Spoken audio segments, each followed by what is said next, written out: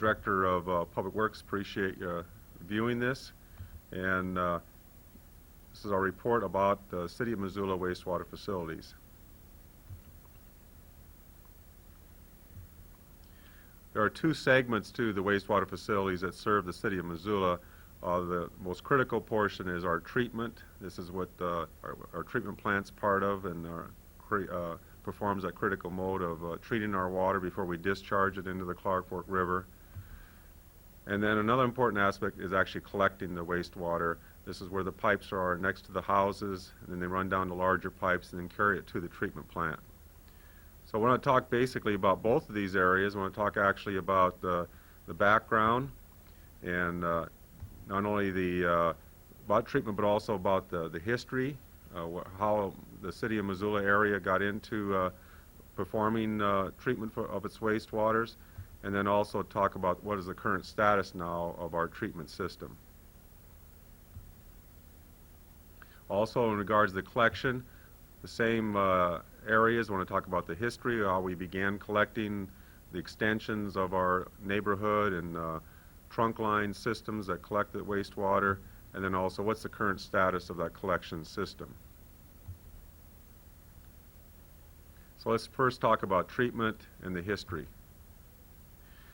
Basically, the City of Missoula began its treating of wastewater in 1963.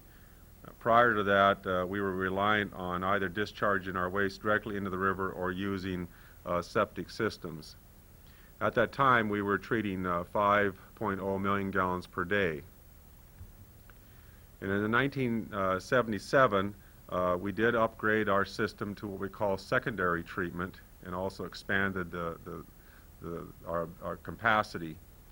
Secondary treatment, what that means is literally that we are performing another layer of treatment. It cleared up the water more and taking more of the loads out of the water, protecting our river. Whereas the first few years it was called primary, then we moved into secondary. In 84 and 85, we upgraded the system with aeration. The aeration system is important in treatment because it helps break down the nitrogens and nitrifies it, and also removes more of our bacteria and also suspended solids. And you can see that the history here, about every 7 or 8 years, the city has been upgrading or improving the treatment plant since its beginning times. And again, in 1991, we also improved our clarifiers. That literally that means clarifying the water, and then we also moved to the size of the plant that we currently have right now, and that's 9 million gallons per day. Now, a significant point about treatment was in the 1998 when the city adopted the voluntary nutrient reduction program that also was signed by the State Department of Environmental Quality, Tri-State Council, which is really kind of the overriding council for the Clark Fork River, City County Health Department, Missoula County Commissioners. We jointly signed this nutrient reduction program. This is significant for not only collection but also for treatment, in the sense that it obligated the city to improve its treatment. I'll talk more about that in detail. So what is the VNRP? Really, it's zeroing in on nutrients. You know, nutrients are the critical element in our river, and it's also critical, obviously, to our drinking water. Nutrients are the most critical nutrients that we're talking about. Obviously, are nitrates and phosphates. And why they affect the river so much is that they stimulate the growth of algae, and then algae takes out the oxygen out of the river, and that affects the aquatic life of our river. And obviously the Clark Fork River is very critical to fisheries, and especially the endangered bull trout. So this Clark Fork voluntary nutrient reduction plan had very specific goals. It wanted to restore the beneficial uses to the Clark Fork, and by eliminating those nuisance algae growth, as I mentioned. So it sets very specific targets for removing the nitrogen, the phosphorus, and the chlorophyll. And it's got reduction targets for the key point discharge points, and then also talks about, when I talk about the discharge points, we're talking about the municipal systems on there and also stone container. But it also talks about what we call non-point, that comes from the groundwater and the septic load. It also recognizes that when you talk about the aquatic life of the Clark Fork River, that the summertime is the most critical time, because that's when the flows, late summer, when the flows of the river start lowering, and then also start warming up, and that's the most critical time for the fisheries life. In other words, that the algae grows and it takes more oxygen out of the water, so we need to reduce that algae growth, and you reduce that by removing nutrients. So specifically, these are the targets. This is what we've committed, the city and all these other groups have committed to doing. And as you can see, Butte, the wastewater treatment plant, will reduce its phosphorus and nitrogens significantly. That's at the headworks, basically, of the Clark Fork River. Deer Lodge, upstream of us, they will actually remove all their discharge. And then Missoula committed to 50% phosphorus, 20% nitrogen reductions. And then Stone Container committed to eliminating its direct discharge into the river using lagoon systems adjacent to it. Then non-point, as I mentioned, this is where your groundwater comes in. There was a commitment to reducing the groundwater septic system in the Missoula area by 40%. And then in the Bitterroot, Montana Department of Environmental Quality committed to reducing the nutrients by 20%, and then obviously the remaining portions of the Clark Fork by 20% also. So you can see this is a collaborative effort to protect the Clark Fork River, and that our treatment plant and system is part of that effort.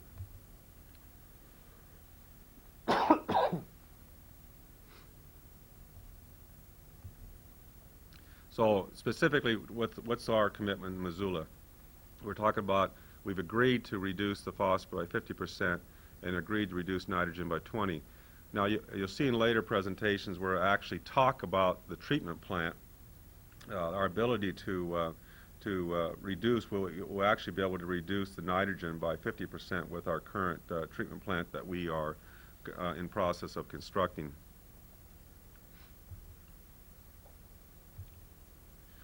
So in summary, in the Missoula area specifically, this is our commitment. Not only are we talking about reducing it from our treatment plant, but also reducing it from the groundwater septic waters that go into, that seep into both the Clark Fork and the Bitterroot rivers.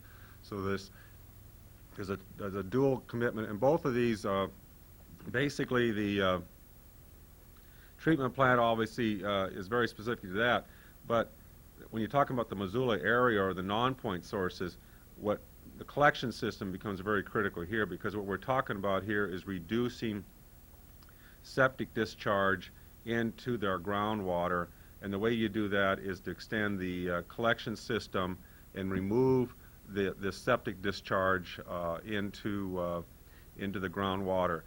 Basically, the numbers are very specific. We're talking about, there's about 3,500 septic systems, and the goal is to reduce that by half, and then to freeze at that number. And so our goals are very aggressive in trying to maintain or improve our drinking groundwater. So what's the current status of the treatment system for Missoula? So this gives you we're going to give you a 10-year view of the treatment levels. And you can see this chart is actually showing two things going on. The upper bar lines here are what we call our permit levels. These are per our discharge permit, and it's regulated by the Department of Environment and Quality, and they're the ones that have set that. And then below that is the actual levels of where the city has been treating. You can see this is a 10-year. We're talking about 92 and all the way up to 2002. You can see our treatment levels have actually improved over time. Now, this black jagged line right here is actually our flows. And it's shown that as the treatment plant has been taking on more and more wastewater, we've gone from initially in this area here we were about 6 to 0.5 MGD, and over that was about 93, 94, and then we've gradually grown as the community's grown and we've connected more and more users on. We're now into about 8.3 there, 8.4 million gallons per day of flow, and yet even with that increase of flow, our treatment has maintained. We've been able to maintain this in this level, which is substantially below the permit level. So we've got a very compliant plant, and a plant that even though our flows are up here closer to 9 MGD, which is our capacity, we still have been able to maintain our ability to treat. Now these two levels that I'm talking about is the acronyms TSS. That's the best, the easiest way for you to remember that talks about solids. It's total suspended solids. And that's the blue line right there, and you can see how well we've been taking out the solids out of our wastewater and protecting our river.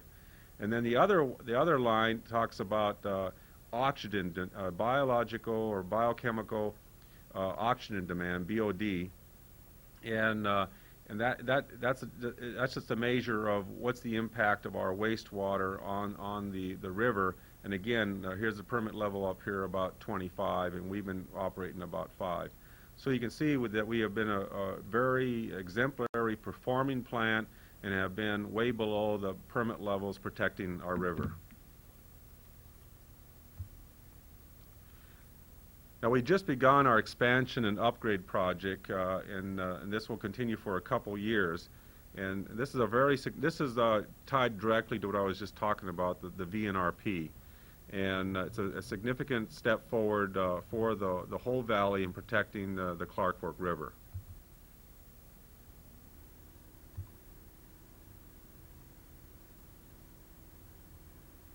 As I said, this project will be completed in 2004.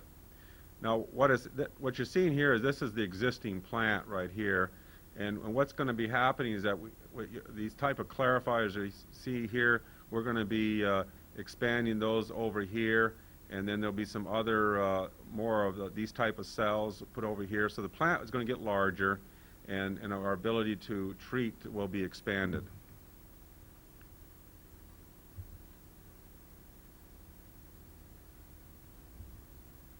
It's a $19 million project. It's a very significant project. It's already funded, basically. We've awarded the contract for that. And we've had a combination of where most of the funding is coming from the sewer rates, our current sewer rates. And then we've also received a $5 million grant from the EPA in order to, reason we were obviously received that was because we are really benefiting the river by this action. So what we're doing is we're introducing another level of treatment at the treatment plant, and it's called biological nutrient removal. So there's that key word again, nutrient. And as we said, the VNRP, that's what you're talking about there, is nutrients. Nutrients is the key problem that stimulates algae growth. Algae growth takes away the oxygen from the river, and so that's why this is very critical here to provide this. So as you recall, on the VNRP, the nitrogen level, we were actually only had to reduce it by the VNRP by 20%, but by our treatment design, we're designed to reduce it by 50. And same way with phosphorus, the VNRP did talk about a goal of 50%, and we will meet that. But even these percentages, initially we'll even do better than that because the flows, this plant will be expanded and we'll be actually able to provide better treatment. And as I was saying, our current capacity is 9 million gallons, and so with this project we will go to 12, and so that's a 30% increase. Now, as you recall by that prior chart, we are actually receiving about 8.4 million gallons per day. So technically, we will enable ourselves to receive another 50% increase in wastewater flows from the valley. So we are clearly, this plant will be able to handle the growth easily for the valley and for the next 20 to 30 years. And then, as I said before, these percentages here, our ability to treat to these levels, is based upon a full capacity. So we're going to be, down here 90 million gallons per day. So we're going to be actually doing better on these treatments initially.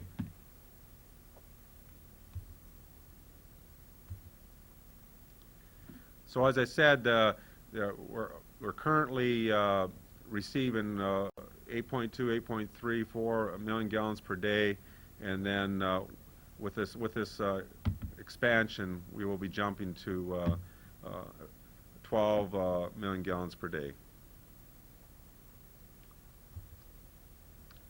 So again, the collection system. This is where we get to dealing with our getting our septic systems off our aquifer, meeting, fulfilling our second issue of removing the nutrients from the groundwater that also seeps into our river, but also affects our drinking water. So again, I want to talk about the history of collection, and then also want to talk about what is the current status of our collection of our system. Historically speaking, our collection systems historically used from the beginning the Clark Fork River, and therefore the river was basically our source of discharging our waste, and in most situations it was untreated, it was raw sewage waste that came from our earliest developments, and we discharged it directly into the Clark Fork River, and it flowed downstream. Initially we discharged directly outside the urban area, and then over a period of time we did extend some pipes downstream of where most of the urban area was at. But again, it was untreated at that point. So let's talk about how do we get our collection system started from the earliest times. The original collection systems were built in the small areas north and south of the Clark Fork River with 3 outfalls. In other words, 3 pipes that discharge raw sewage directly into the river. So generally speaking, what we're talking about here is that this area in the downtown area and portions of the Rattlesnake discharge raw sewage by 3 pipes directly into the Clark Fork River. And that's how we handled our human waste there and other waste at that point. Then in the 30s, this was extended to the south of the river. For every, this in the light green, this is where all the new extensions of the sewer. And again, obviously there was a certain amount of growth going on at the same time with all these pictures that were on septic systems. These are only the ones that are actually connected to the collection pipe. And again, these systems discharge directly into the Clark Fork River at this point. 40s, it was expanded a little bit more to the west. And then the 50s, you can start seeing that we are moving further into the university area. Now we're a little bit west of Russell, so we had extension of the collection system in that area. And then we had more connections on the west side of the town. This is pretty critical right here. Again, we do not have, this is all being directly discharged in the river. So up to 1950, this amount of housing and commercial usage was discharging still directly into the Clark Fork River all the way up to this point. So it was in 1961, as I mentioned before, that we really started looking at bringing in a treatment plant. The wastewater treatment plant planning studies showed that 40% of the existing homes and businesses were connected to a collector system. And that's what I've been talking about, is the collector system. So, but yet 60% continued to use septic. So when you go back to that picture that I was just talking about in the 50s, that if you these are the ones that were connected. And so therefore, you'd almost have to basically double that where the number of dwelling units or houses or businesses that were on septic system. And so that gives you an idea where we were at in the 50s as far as how much development had occurred. So about half of it was on a collection system, and then the other half was still on septic systems. So with the treatment plant, obviously, then we immediately opened the door for a large expansion of our collection system. So in other words, we ceased discharging directly into the Clark Fork River with our construction of the treatment plant. So what happened, the same time we built the treatment plant down here on Reserve, which is the current location that we have right now, we also went along and basically connected on to the pipes that were dumping in the river, and we ran them underground under the river in a pipe, and then we ran it alongside the River Road area out there, and then also anything along here was the same way. We got these pipes over and ran over there too. So not only did we in the early 60s built the treatment plant, but we also built our major trunk lines that finally brought the water treatment wastewater to a treatment plant rather than discharging it into the river. And then at the same time, as we were talking about, that 60% of housing that existed that were not connected to public sewer, now all of a sudden they're starting to connect to collection systems. So this is probably where this large development of housing was basically in the light green here. You were talking about south of Mount Street, and here's South Avenue, and then again the completion of a lot of housing connections west of Russell Street, and then south of here's 5th and 6th Street and Stevens. So this area here all started coming on the public sewer. So I believe the collection system already existed here earlier here, but more connections happened. But I know that this collection system here south of Mount Street, South Avenue, all the way out to Southwest Higgins was built in the 60s, and then also up here in Farviews in order to start connecting these houses. So within 10 years, we had a significant connection of public sewer. You can also see the Rattlesnake area had a small extension of its collection system at the same time, and connections started occurring, and there were a few more connections to it on the west side. So this was our big step in our first major step of protecting the Clark Fork River and moving through and trying to start reducing our impacts on the river. So in the 70s, you can see that Farviews has a lot more connections. There was also some new development in that area. This is the South Hills, was all a new subdivision, and they did bring on city sewer to that.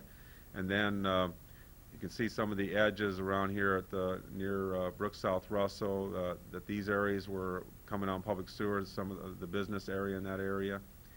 And then we have a little bit more extension up here by Scott Street near the interstate. And you see a little bit more in the Rattlesnake area. So this is what happened in the 70s. A lot of that was probably mostly new subdivisions or growth and new businesses being built. So in 80, we went through a 3-year process of creating our wastewater facilities plan. And this was a major step of trying to outline, okay, what is the long-term plan for wastewater? Up to this point, we had not really looked at what we call as a service area, and also had not really decided to set boundaries for what should be served by the public sewer. So this is our first step, and it was at this point that we included the Rattlesnake, Upper Rattlesnake Valley as a service area. And then we also showed that the area out to Reserve Street should be publicly sewered.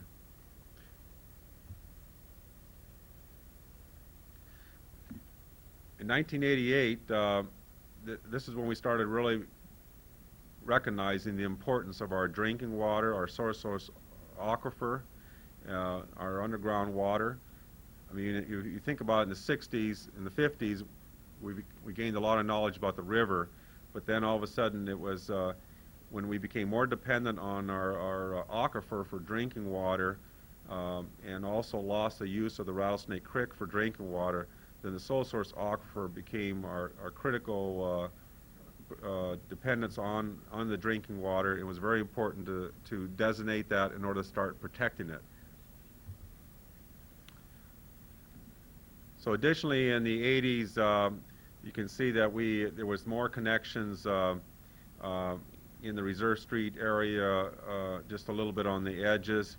And then a little bit, you can see South Hills grew a little bit light green. And then we see the beginnings of the sewer system in the upper North Reserve. And then the Grant Creek area had extensions of it. And then the airport also got connected to public sewer, the city sewer. You can see the Ben Hughes addition here on the east side. And then also what was a big move was that the Rattlesnake interceptor was built in the 80s. And so where before the city sewer stopped here, a Rattlesnake interceptor was brought up to Lincoln Hills. And Lincoln Hills was already on a collection system. And then and that failed, and was basically with the assistance of an EPA grant, the county with the property owners created an RSID to fund this interceptor and then hook it up to the bottom of Lincoln Hills, and that's how that area became connected. And it was the beginning of bringing public sewer to the Rattlesnake Valley, because as I was mentioning to you, really in the 81 or the 84 facilities plan, that's when we designated this whole valley up here to be in the service area. And as I also mentioned, this was the boundaries on the east side of the facility area. So we visualized all of this area here in the city, eventually coming on city sewer. And then we obviously showed the area out to the airport. And then Grant Creek obviously was designated to be as already we'd had Prospect was on city sewer and had been extended with new development.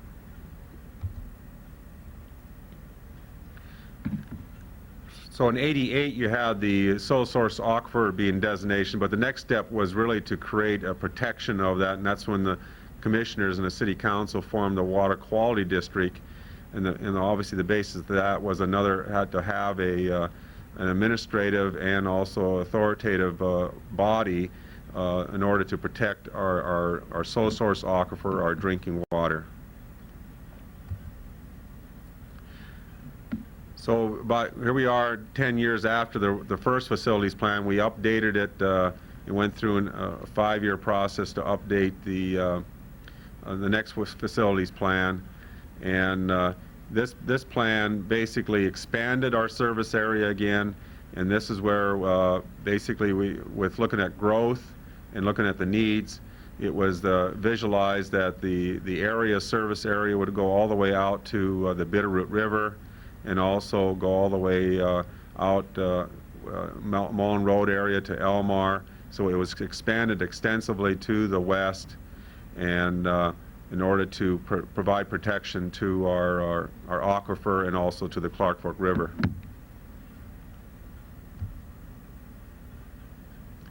At the same time, with the Missoula Water Quality District being formed and staffed, there was a need to talk about the unsewered areas and the impact it was having on our drinking water and on the river. And so the Missoula Valley Water Quality District, working in the health department, Missoula City County Health Department, published this document that's very detailed and ranked all the unsewered areas, the impacts on the drinking water, the number of septic systems they had, and the estimate of the amount of nutrients they were putting into the groundwater, and prioritized those areas. It obviously prioritized in ranking the most dense areas, and the most critical area that was listed was the East Reserve area, East Missoula, the Rattlesnake Valley, and West Reserve. Those became out the largest areas to be ranked high because of the density and the amount of septic systems that existed and their discharge into the groundwater. So in the 1990s, the big steps that came forward with public sewer were really again on the west side of town. We had the Bellevue and the Waupakia areas, the Cold Springs area, all got on public sewer. This is where the step sewer system was introduced, and we did receive some grant money to help us with that. And then also additionally, Linda Vista, who had a drinking water problem up there, they had high nitrate levels in their local drinking water. They came on public sewer, and then all the new subdivisions in that area also came on public sewer. So there's a huge growth of collection systems in this west side. And then we have the beginnings of sewering the East Reserve Street area. And then you can see a large infill in the Broadway North Reserve area, because one of the aspects there was that anybody with floor drains or automotive repairs, they were required to get on public sewer. You can see some infill, a little bit more of the Rattlesnake area with the growth. And then here's Prospect also that comes on and expands a little bit too in that area.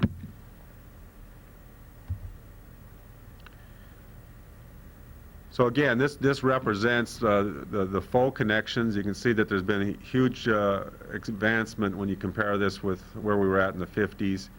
And you can see in the last couple of years, we've had East Reserve, the whole area in the East Reserve area, one of our priorities under the unsewered areas. Mains were extended into this area, and then also you can start seeing the connections we're filling in, and they continue to be filled in. Now currently this year, East Missoula's collection system will be completed, and then we'll start seeing some connections of the 400 and some homes in that area. You can see in the Rattlesnake there was a small SID up there in the Cannabat area, and we had some connections up in that area. And then you can see the growth that's occurred in the development park out by the airport.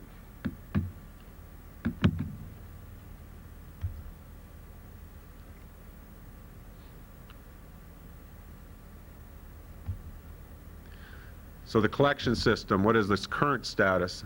There's been a lot of concern about the quality of our old collection system. Most of the new pipes that we install in the ground are plastic pipes with rubber gasket joints, and they are they actually have a ability to hold air, so they are very watertight. The only way that those would ever leak or have a problem would be if they were damaged. So we know that our newest systems installed in the last 30 years, plastic pipes became pretty prevalent in the 70s. Now we know that those are in very good shape, but what's the status of our older pipes? As I was mentioning, the collection system came into existence in the early 1900s, and so we have a lot of pipe that's been in the ground 50 to 100 years. So one way you can talk about that is looking at national standards. And one national standard is what we call infiltration. And infiltration speaks to how much groundwater or rainwater is that groundwater that gets around your pipe in the ground, and how much is infiltrating in and getting into our system. And based upon our studies and flows, whatever, the rate amount of groundwater that we get into our system is below national standards. So again, if we're below national standards, that speaks to the integrity of our system, because we obviously have a lot of groundwater in the Missoula area, and it speaks to that it is a fairly tight system. Another way is to talk about how much flow do we receive per capita served, per individual served. And we also comply with this too, that we received, we're supposed to, the standard is about 100 gallons per capita per day, and we're actually receiving over that. So we know that, again, we're not losing very much, losing hardly any wastewater, and that because we're receiving as above the national standard per capita. So up here, where we were talking about that we receive less than 50 gallons per capita per day for infiltration, so that speaks to how much can get into our system. And then here, we know that once we have it into our pipe system, that it's being delivered to the treatment plant. And so therefore, both of these talk to about the tightness or the amount of leakage that can come out of our system. We also have the ability to look in our systems. Not only do we clean them, but we also have the ability to put a TV camera down them, and that's a way for us to check out. And so recently this year we did do an extensive amount of inspection of 8 miles of our pipe system, some of our oldest pipes on the north side of town, just to we usually don't do that much in 1 year, but we were concerned about, okay, what is the status of some of our oldest pipe systems. So we did go out and do 8 miles in 1 year, and what came out of it, that only out of that 8 miles, only 60 feet has to be needs to be repaired.